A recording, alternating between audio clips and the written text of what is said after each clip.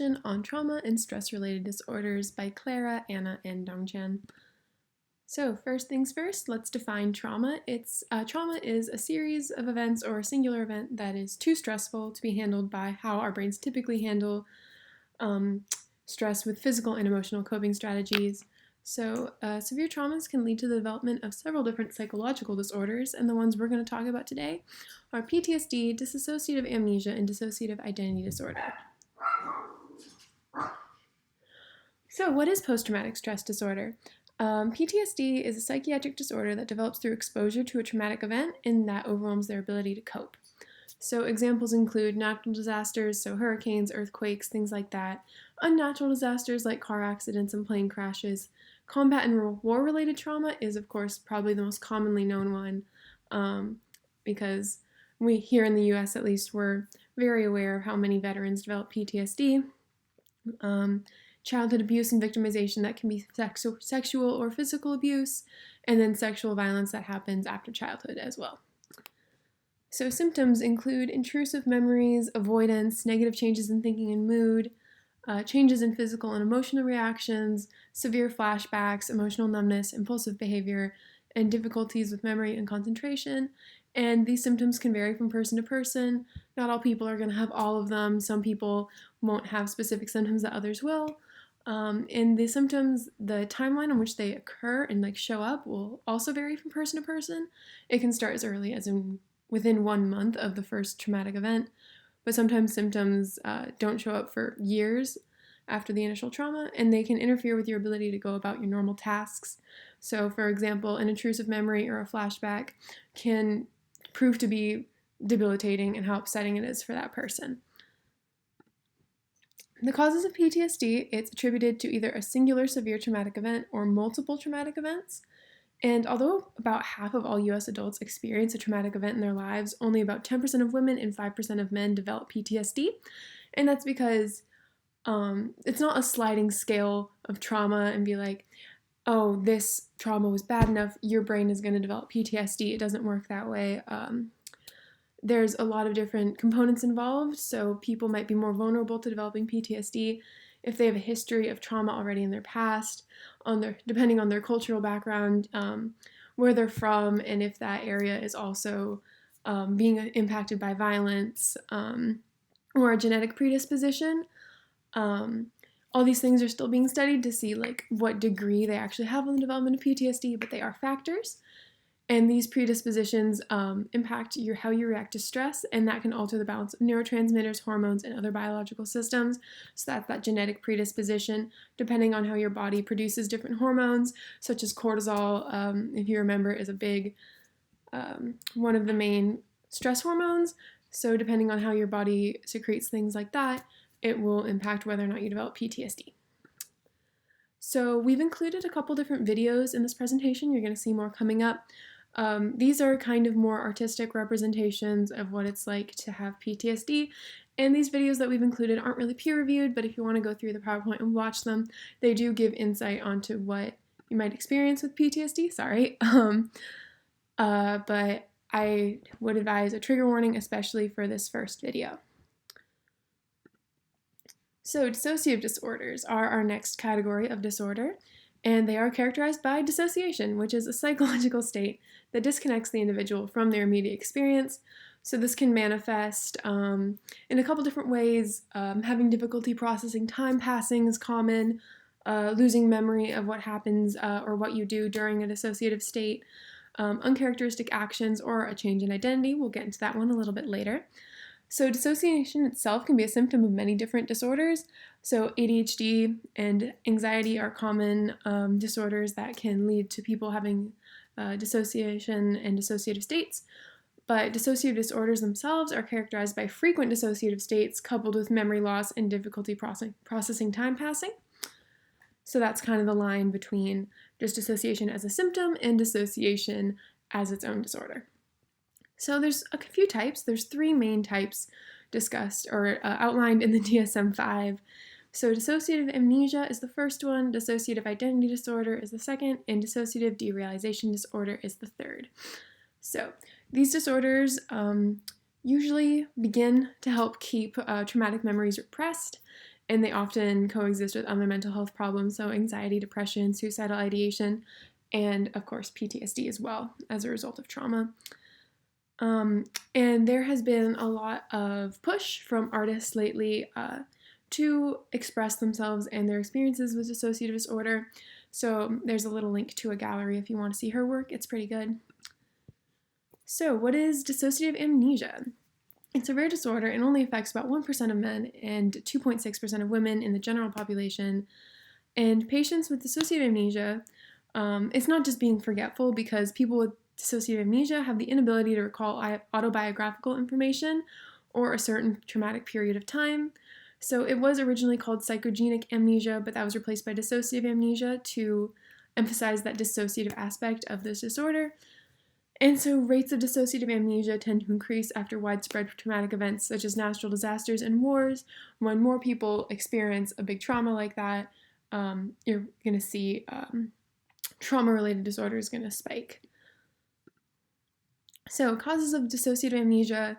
So research surrounding dissociative amnesia found no specific gene associated with it, but it seems to be solely caused by external factors, so traumatic events, so accidents or unexpected losses.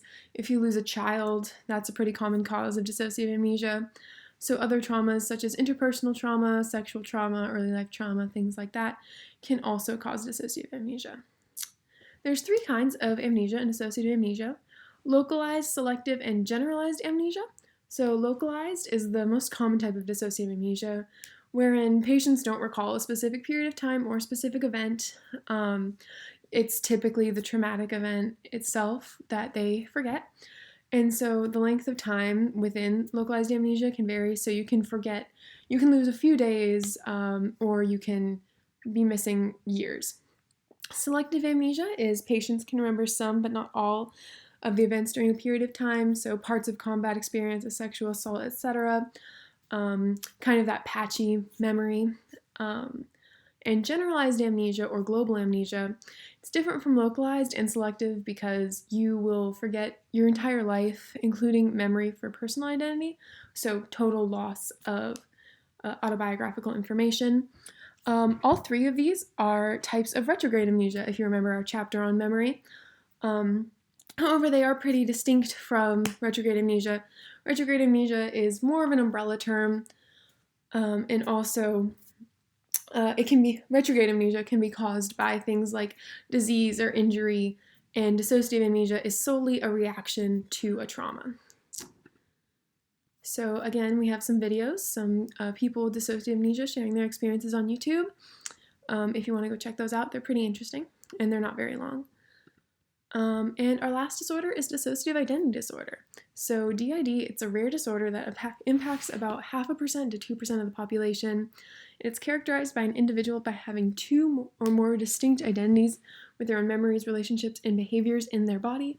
So these identities are called alters, and the quote-unquote original personality is typically referred to as the dominant personality.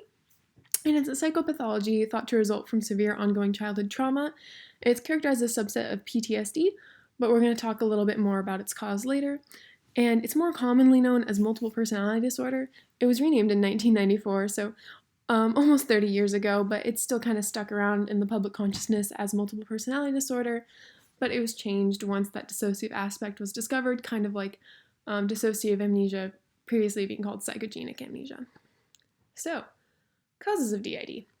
So, it's known that individuals who develop DID experience long-term ongoing childhood trauma, but of course, same with PTSD, not all children who experience just a certain level of abuse develop the disorder. So it impacts people of all races, ages, and ethnic backgrounds, but there is preliminary evidence for a genetic component to DID. But since this disorder is pretty rare, it's pretty difficult to study as well, which is why even though this study is from 1996, there isn't much more evidence after that has been, or research done that's been studied to kind of further that hypothesis of the genetic component. Women are more likely to be diagnosed with DID than men, but it's estimated that they actually develop it in roughly even numbers. because men are more likely to deny their trauma history and perform violent behaviors rather than the classic DID symptoms, which are also, given that there's a higher level of women than men who are diagnosed, the classic DID symptoms kind of get skewed to the more typical way that women present symptoms instead of it being universally applicable. So, the cause of DID is still pretty contentious. There's two models that are typically thought to be the most convincing models: Sociocognitive and Post-Traumatic. So the post-traumatic model suggests that severe abuse in an individual's past led to the fragmentation of identity after chronic dissociation. Because people with DID tend to experience severe trauma in early childhood, it's thought that a child would dissociate as a result of that trauma as kind of that coping mechanism that their brain would use. But if they dissociate a lot in their childhood, that can interrupt the development of their own identity, and that would lead to this development of multiple identities, and those identities could protect the dominant personality. And then the sociocognitive model, also called the social contagion model, states that DID is caused by therapist questioning, suggestion, and cultural awareness of this disorder. So it suggests that DID is simply a way of categorizing mismatched experiences for one individual instead of multiple identities being there as a result of fragmentation. It's thought that the individual kind of comes to frame their experiences as having multiple identities. So part of the reason that DID's cause is contentious is because spikes in diagnoses occur when DID is in the public knowledge. So this can happen after like a movie comes out about someone with DID becomes popular. That's just an example. If you guys remember Split from 2016, a very popular horror movie about an antagonist with DID. And some psychologists say that this is causally related to new DID cases, with movies acting as a trigger for social contagion. So people see a movie with somebody with DID, and then they go and seek a diagnosis because then they believe they also have multiple identities. But others argue that this is actually a result of patients seeing themselves in the media and understanding, oh, this thing I'm going through might actually be a real disorder and not just something I'm experiencing. So it's still pretty contentious. And one of the cases mentioned in the textbook, if you want to learn more, is about the case of Chris Sizemore. In a movie and a book were written about her called The Three Faces of Eve. So, symptoms of DID. So, as a subtype of PTSD, DID has several overlapping symptoms to PTSD, so those intrusive memories, flashbacks, and negative changes in mood, and the memory problems. However, the symptoms that specifically characterize DID are memory disruption. So, it's not total amnesia, but when different identities are presenting themselves, when different alters are presenting themselves, they have different memories, and so what the dominant personality might not remember, an alter would. So that could be part of the traumatic event or something like that. So that's thought to be caused by memory disruption, which happens with errors in encoding and storage of memory. So those memories aren't completely lost, but they're just kind of not encoded properly, so they're not always accessible. Amnesia, also total loss of memory, different from memory disruption. Those memories just aren't there. Dissociation, of course, is the disconnection between a person's thoughts, memories, feelings, and actions.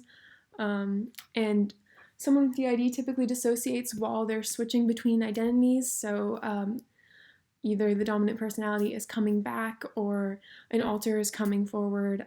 And that happens with dissociation. And the alters are the identities that emerge from DID, so they can have unique personalities, self-image, and like I said before, they can hold those traumatic memories that other identities don't. And they can actually take control of the body and operate just as anybody else would. And they most commonly switch during times of stress. So our last set of videos, chronicling DID. There's some pretty popular YouTube channels that discuss their experiences with DID because it is kind of such a rare disorder that people who have it like to share their experiences and kind of spread awareness. So again, these videos are anecdotal, not peer-reviewed, but they are interesting to go and watch if you're interested. Alrighty, thank you. That was part 1.